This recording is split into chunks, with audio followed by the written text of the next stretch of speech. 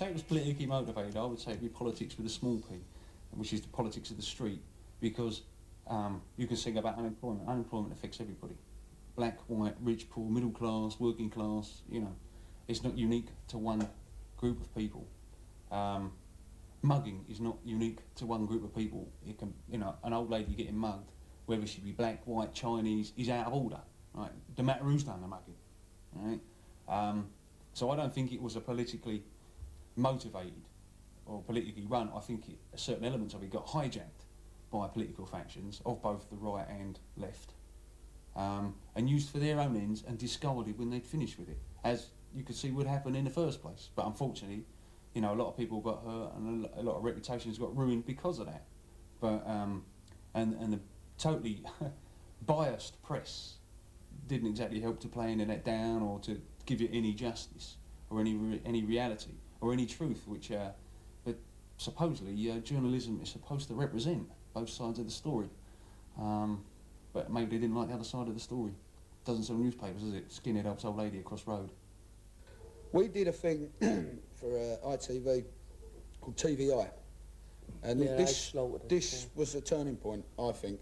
They said that they wanted to do a thing about sort of what was it, the crowd trouble, football, and that, you know. And so they said to us, what we do is if you would invite a load of your mates into the Bridge House, I got permission not to tell him over to film with them. I think it was a Saturday afternoon or something. Yeah, Saturday morning. Yeah. It was, so you got a load of young kids in there, school kids, everything, old mates, all sitting there having a jar up, you know what I mean? And they filmed a couple of numbers. Like.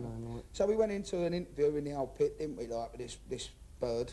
Yeah, ring through a nose, you know what I mean? Typical lefty. What do you think about the politics of it all? I mean, do you find that the Nazi element went, whoa, scrub? Yeah. No politics here, it's all children here, you know what I mean? Everyone's having a laugh. Try again, Just try again. She kept falsing it. No, she said, end off, we're not here to talk about that. So she changed the track and talked about the music and the sort of football. Then got onto the track again, yeah. Right. And we thought he had it all sewn up. Well, and all of a sudden this thing screamed, this TVI. And they're panning him round like, you know, you see fucking Hodges there, you see Stephen Betts and well, they said that we used our gigs as a recruitment for the British movement. That was it. I said, these people, and you went past these couple of kids having a glass of beer, or we're sort of doing a few jollies on stage, like a harsh recruitment ground for the British movement, a far-right Nazi organisation. It's like, we went, what? What's going on? Libelled us right then and there. So we went to our good old manager Tony Golden, we said, sue the fucking pants up. I'm like, oh no, you don't take on ITV. Oh no, lots of money. Man, should have showed them. Should have said the pants up them. Because that was bang out of that probably contributed towards the old GLC ban, that was probably it. No doubt.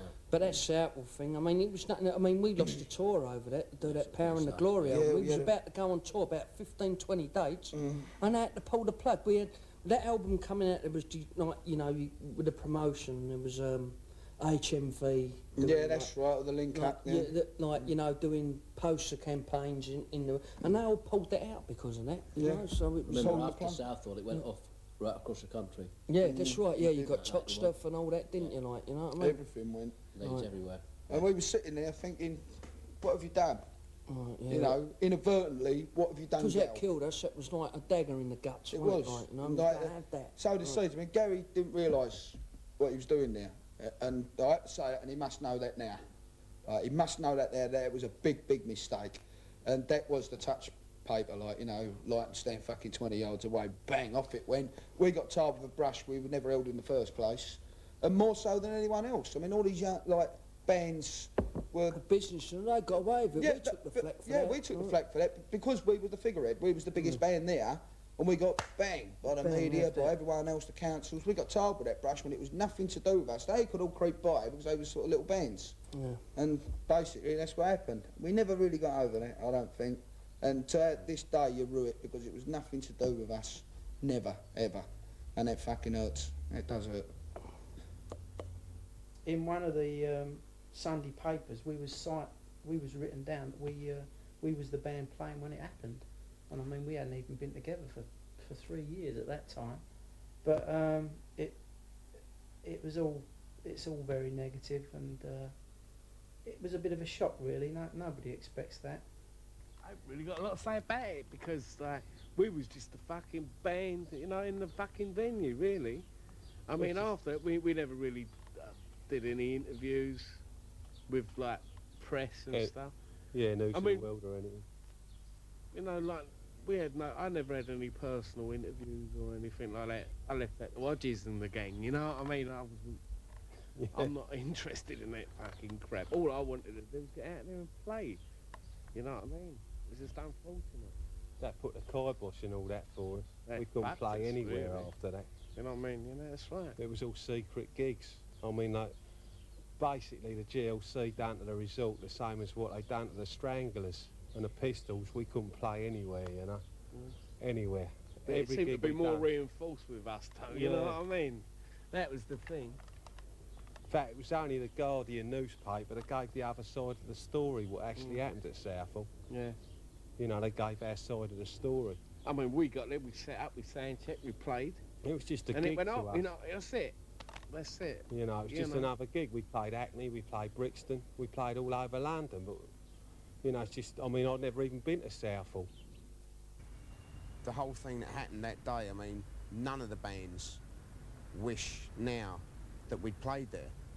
But at the time, as regards the Foreskins, the last resort in the business, and I know I'm not speaking out of turn, is that as far as we were concerned, it was a show, and we were going to do a gig, and it's as simple as that. The big thing that sticks in my mind is the following day we was recording down the Old Kent Road, and we was recording Suburban Rebels for the Carry On Oi album, and the police came in and said, well, sorry boys, you got the blame. And we said, well, why? And they said, well, because you're skinheads. And they said, but did you see anybody roaming around in balaclavas? And we went, well, why? And they said, well, 'cause it was a totally political, hyped up riot. It was a big thing between the right wing and the left wing to actually, basically, the riot was organised. But the bands knew nothing about it. I mean, if the bands had known anything about that, they would never have gone there. As far as we're concerned, you know, Southall's a part of London. I mean, okay, there's a large Asian community there, but I mean, none of the bands would worry about something like that. You know, they just think, well, we're just going to do a show, we're just going to play in a pub and enjoy ourselves, and everybody goes home happy. But it turned into a riot, and it's nothing that anybody's proud of. And we wish it never happened as regards the bands, because it destroyed Oi for a long time. And people have had to work so hard to go through that, you know, or to get out of that scene. You know, and that might be a scenario that you've never heard before from the other guys. I don't know, but that's it really. I mean, I was there, and it was a very frightening evening for all concerned. You know, the Asian community, the skinheads, the police. Nobody wanted that, and it was whooped up by ultra extreme parties from both sides of the fence, and there's no two ways about it. You know, I mean, that was supposed to be the first day of Epoxy tour. Yeah, we was You know off to what I mean? Manchester. We was going to So do a much for the 14-day Chaos tour of yeah. fucking 81.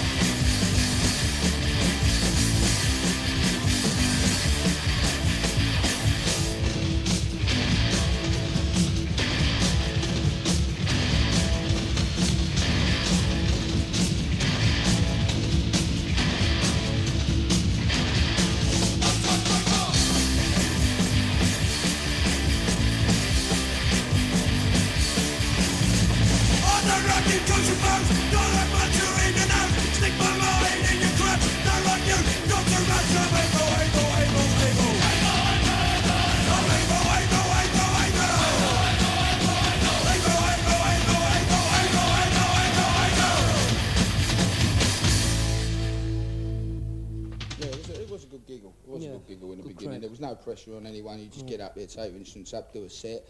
We even supported ourselves once, you know what I mean? Put bags over our head, called ourselves the Foreskins. However much Gal tries to present it as Foreskins was saying, that's how it started. We supported ourselves with one of our roadies, H. And his thought, oh, mine thought, oh, there's another one, you know, Foreskins. Got it, blinded, you know what I mean? Spokesman. And that's... Is that true? Yeah, that's the way it started, yeah. Yeah, that's the way it started, yeah. So the Foreskins were... For us, yeah. Yeah. It With was all bags played and on that, and all, yeah. on your albums and that. Yeah, on them all albums, we played all that stuff. Yeah, the first one, right? And then they just went from there, didn't they? Yeah, like, that's you know? it. He set up his own little thing, got his own little rock and roll game, and on it went from there. Right, yeah.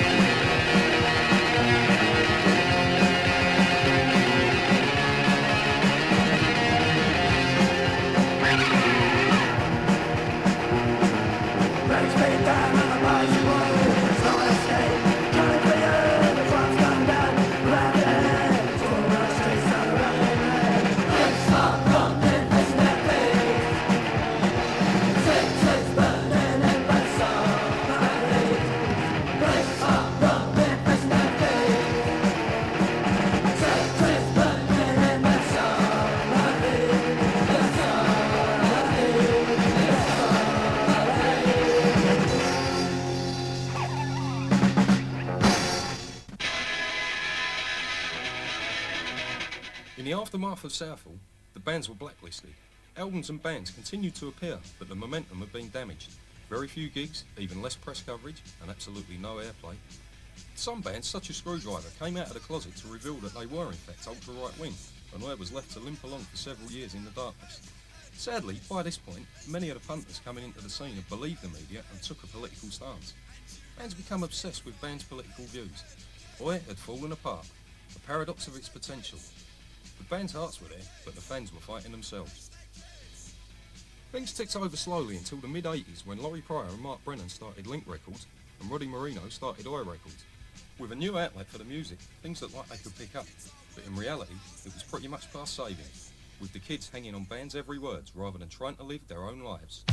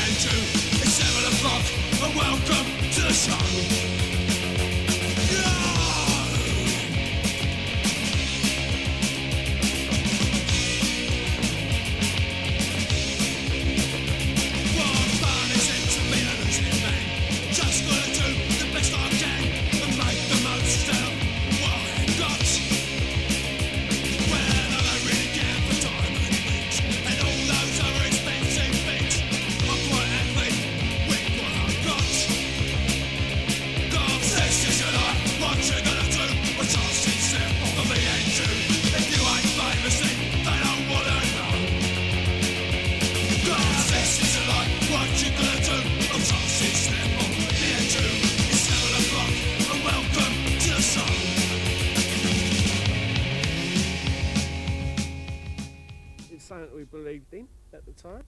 Well, I mean, our values still ain't changed. Same people inside, haven't we, you know? Yeah.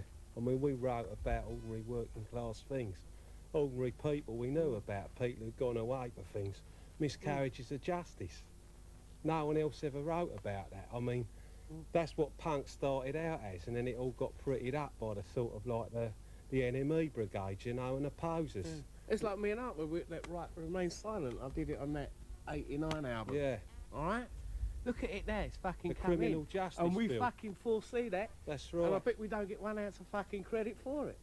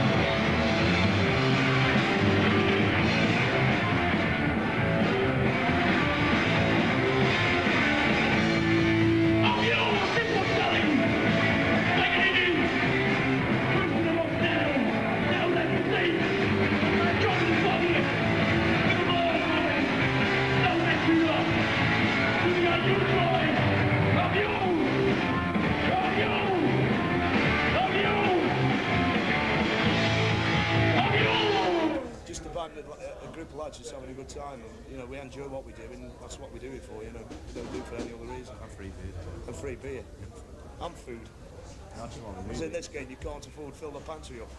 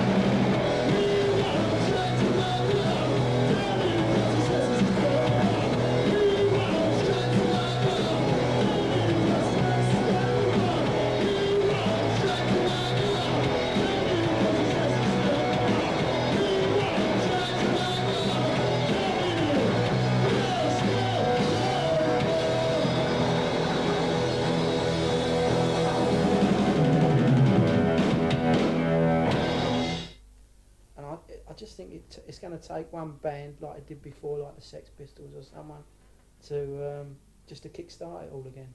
I don't think it'll ever be, nothing ever stays the same, but I still think there's a future for guitar bands and playing live and the music business in general. But it definitely needs something new. I mean, it's good for us that, you know, that people are getting into the old stuff, but it definitely just needs a kick up the arse again.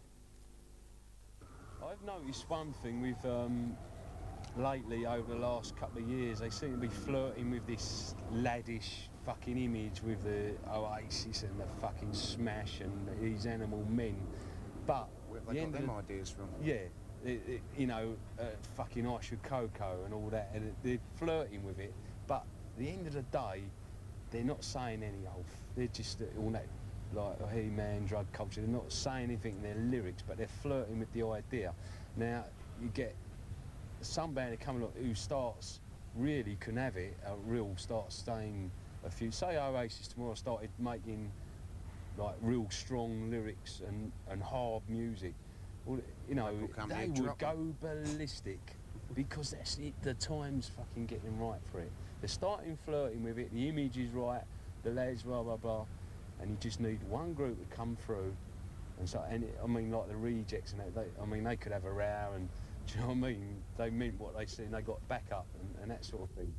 You know, but it just, I think it could possibly happen. It could happen. It's going to shake that one now, look.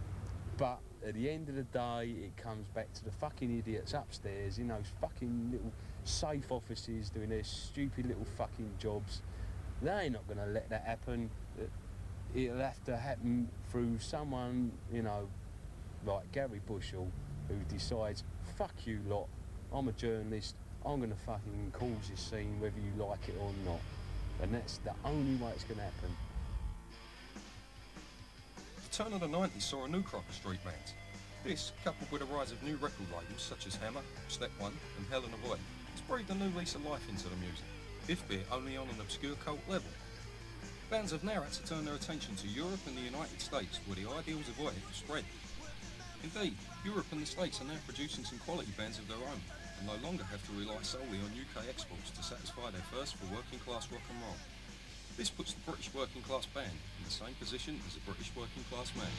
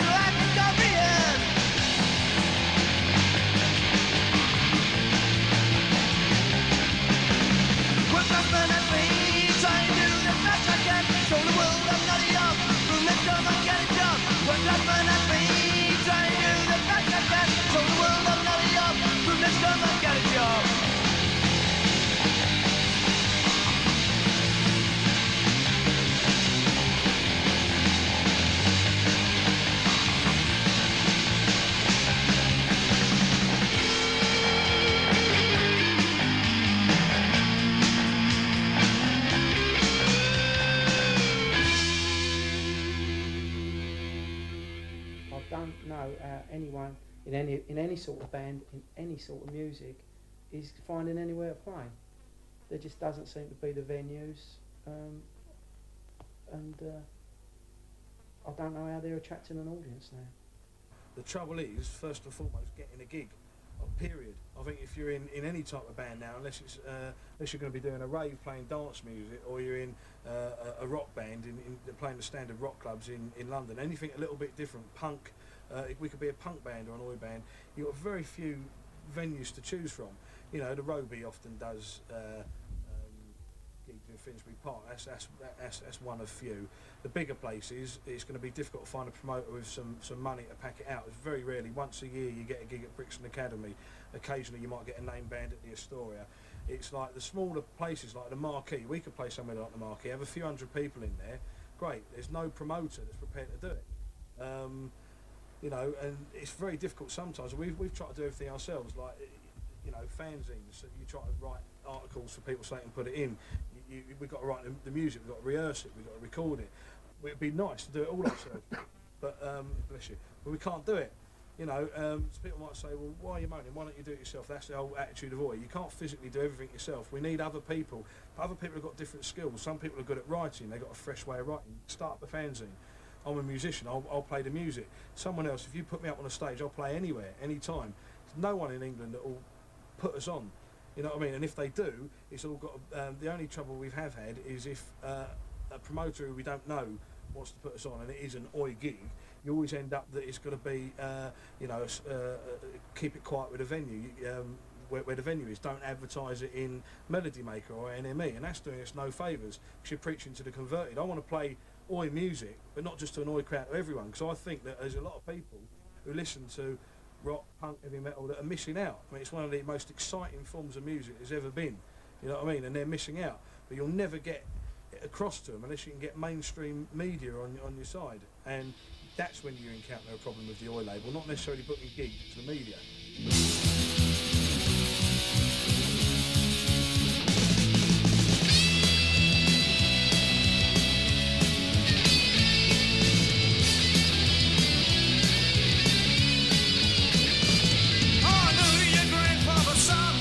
So what do you want to drink? I could tell you the whole story.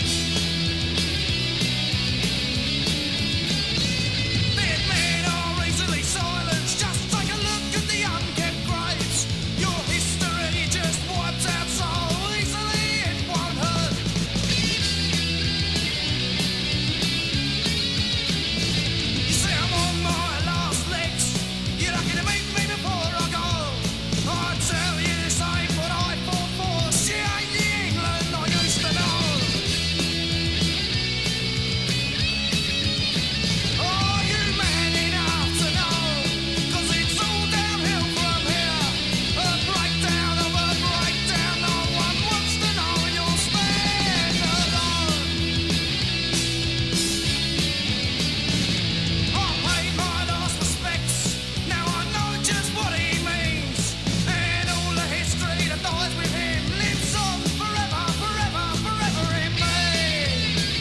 Forever in me. Forever in me. Forever in me.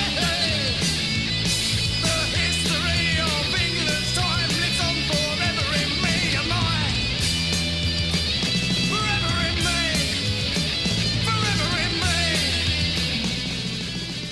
We was in a major venue the other night and the toilets were leaking upstairs and the dressing room was pissing through the fucking ceiling, right, on the floor, and this group, a big group, wading through piss on the fucking dressing room floor, right, and there's like a couple of sandwiches in the fucking corner and they've got no beer. Cold up Right. sandwiches, no beer, no No water, Nothing. no nothing. Right, They're and they treated like expect to go- shit. And then they had to finish early, okay, so they could have a fucking disco after.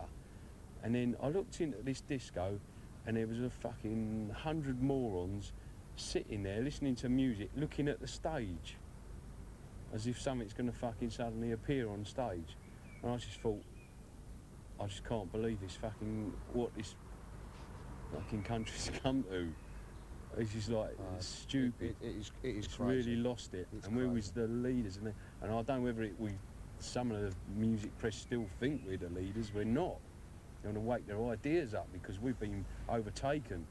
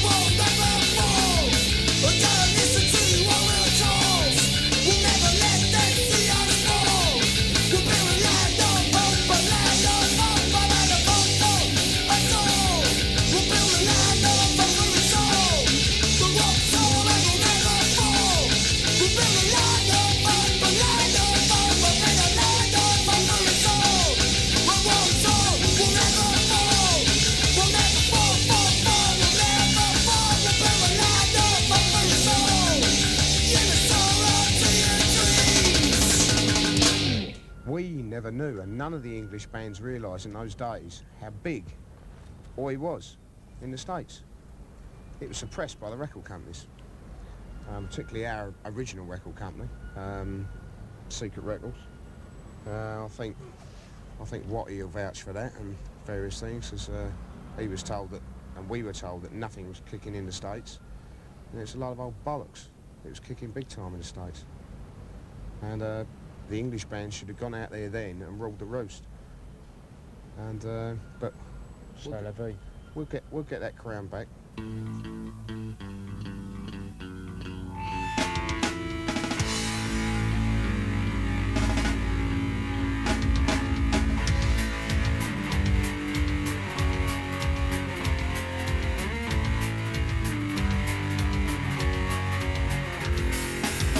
watches the other boots,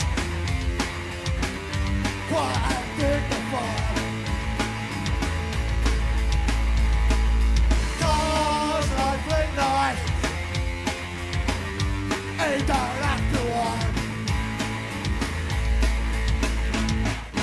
Waiting until that time is right. Panting like a thing in the night. But I think I'm coming through the jungle track, where I feel the power of the hour, which I answer back. Feelings filled with a mighty roar. Life stay near as always as before. The warrior's proud, the warrior's stands at the end of the crowd. The warrior's bright, the warrior's cool. Even though he's passing against the wall, he's the king of the jungle. He's the king of the jungle. He's the king of the jungle. He's the king of the jungle.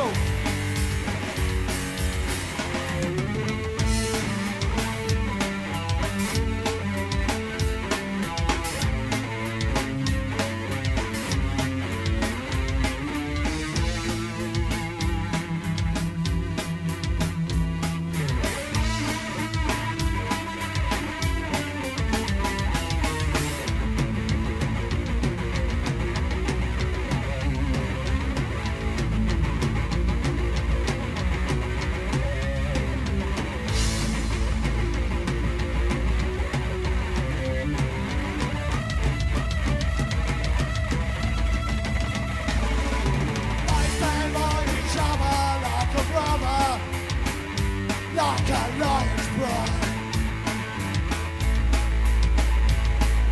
They won't turn away or stray to the other side. Even though they're few and far between, they stand by it no matter where you be. The warrior's right, the warrior's right. The warrior stands at the edge of the ground. The warrior's bright, the warrior's cool. Even though he's back against the wall, he's the king of the jungle. He's the king of the jungle. He's the king of the jungle. He's the king of the jungle.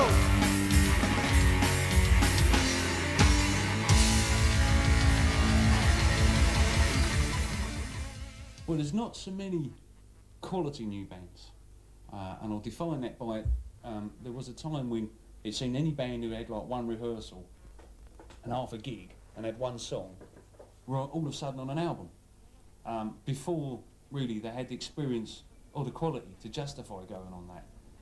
And I think a lot of rubbish came to the fore.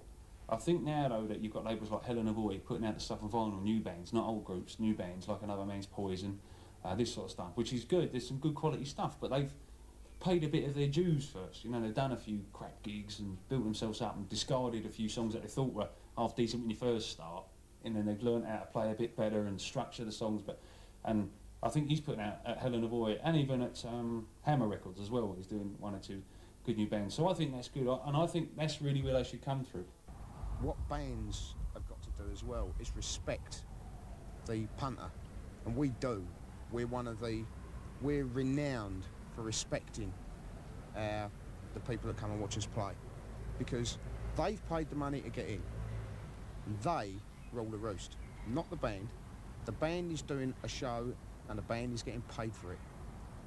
And if you go on with a half-hearted attitude on that stage, you're like, fuck you, I'm in a band, fucking this, that and the other. You don't deserve any respect whatsoever. It's like, I don't know, if you walked up to, just say you saw some film star out there, and you walked up, just say you were 15, 16 years old, you went, can I have your autograph, please? And the bloke went, no, I haven't got time. He's a cunt. Because he's not having respect for his people, and it's those people that have put you where you are. We don't earn a lot of money, believe me, but we have respect for everyone that follows the business.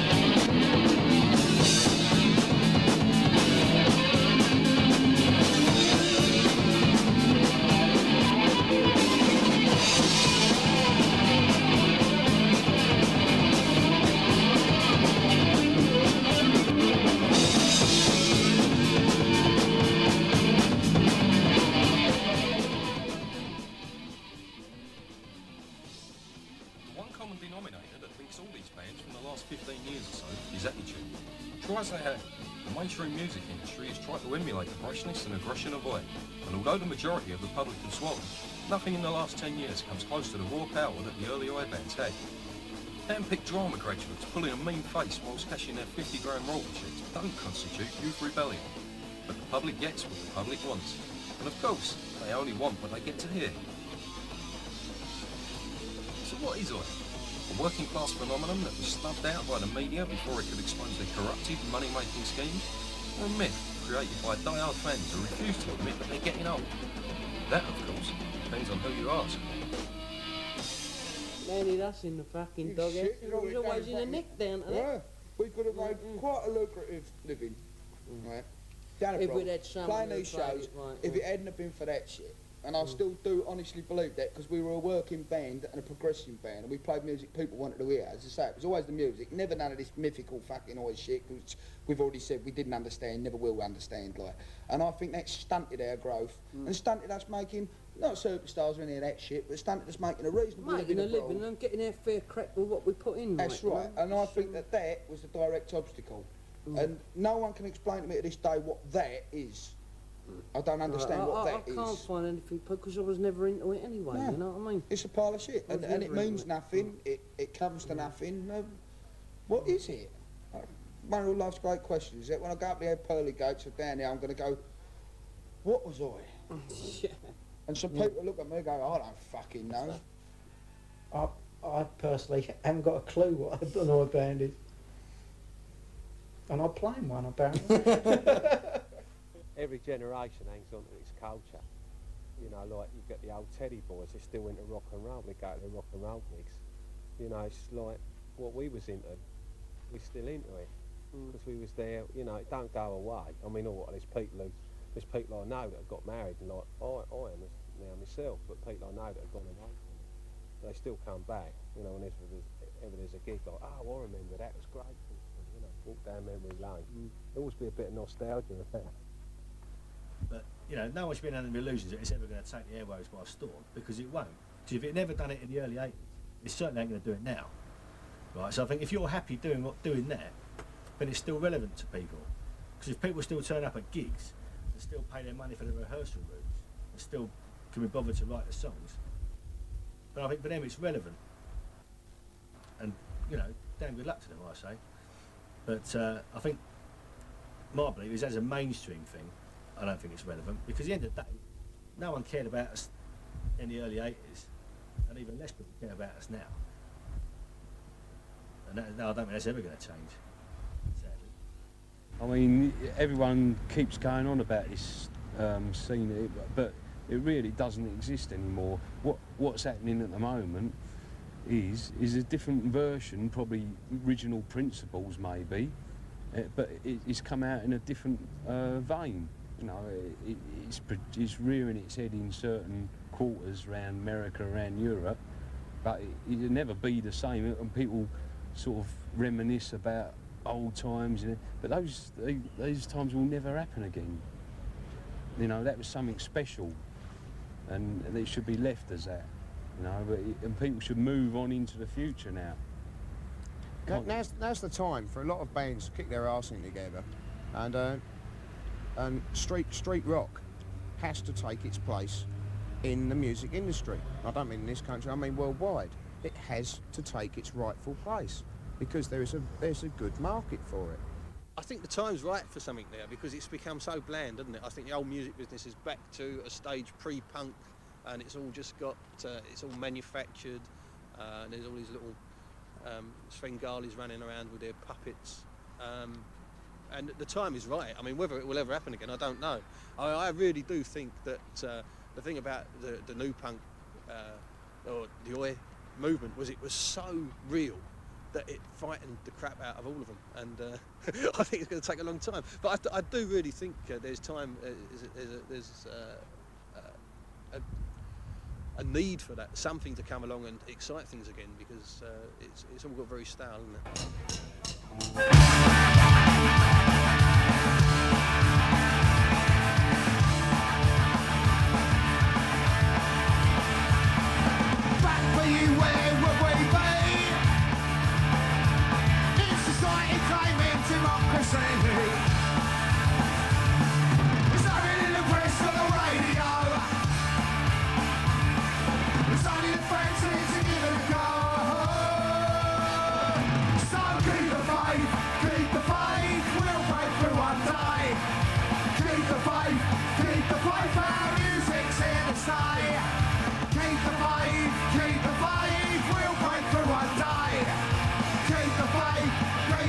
fife and music's in the sky.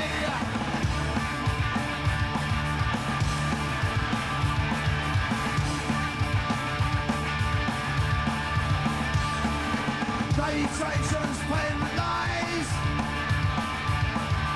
All the people we despise. I'm on tour and you will see. Street music as it should be.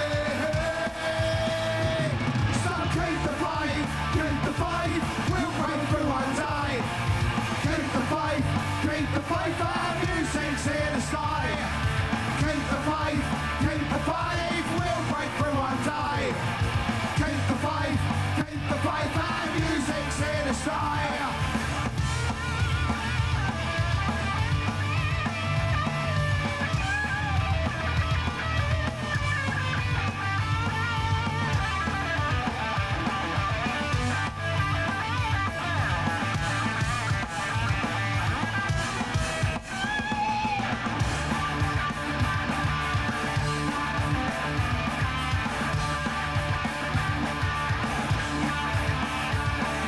TV pundits blend lies.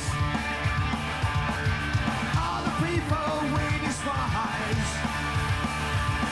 Loyalty fancy financial side. From the bloggers that who pay. So keep the fight, we'll fight through one day. Keep the fight, our music's here to stay.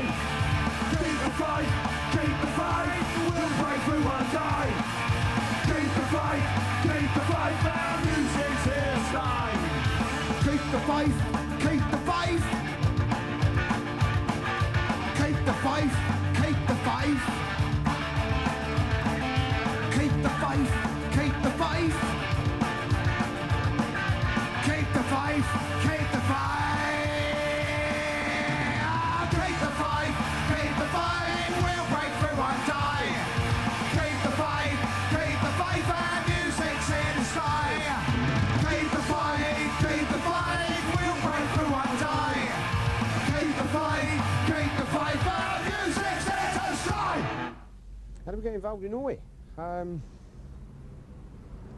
No, originally we was involved Excuse in me, can punk. you fuck off, please? Yeah. Cheers, mate. Originally, No, that's all right. No, It's originally you're we putting was- me off. I'm not being rude. You're just putting me off. You know what I mean? originally we was involved in punk scene, which was happening around this area. You start that question. Yeah. Sorry about that. It's a bit strange footage for you. It doesn't even sound good, does it? It's really corny. If you like, it really is. Like, it's fucking, I don't know. Oi. Oi. Are you oi? I'm oi. You oi? Used to be. Fuck's sake. Ex-oi. Ex-oi, I'm ex-oi, yeah. I'm ex-oi me. Nah. Wish you another idea. Ex-oi. Yeah. Finish, mate. And a Dr. Martin inside. Moody Timberlands. Yeah, that's what Snide it is. Timberlands. Do Snide you want a pair? Timberlands. 25 quid. Someone see you coming. Fucking Roman Road Market for a score. Excellent. I used to be oi, but I'm all right now. Fucking hell, oi, what a cunt. Fucking lost the questions again. Something to do with oi, wasn't it? Wait, where's your questions? Oh, Oi, question. Oh, oi the questions, yeah. Oi the camera, oi the... Oi, the roadblock, Oi wasn't the it? fucking seat, yeah. Oi, the fucking airline, yeah. Oh, fucking hell. It could have been another Richard Branson old gal, couldn't it? If painted it, right? Back the sun would have been called oi. We got son of boy out. Son of oi, son of... Yeah. You know, you flying like flying oi. Son of They boy. got in-flight entertainment and all like, yeah. Fucking hell. They got fucking Blitz playing like, and fucking lounge band or something like the 747. Oi the airline. Oi the holiday. You know. And go to Bremen.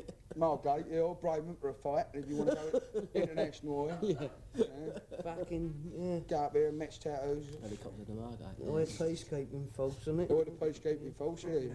In boys now, yeah. Okay, weirdos.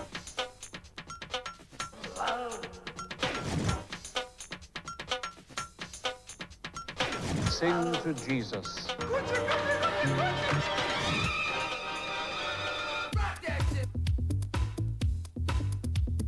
Ich mag diese Sorte Musik nicht.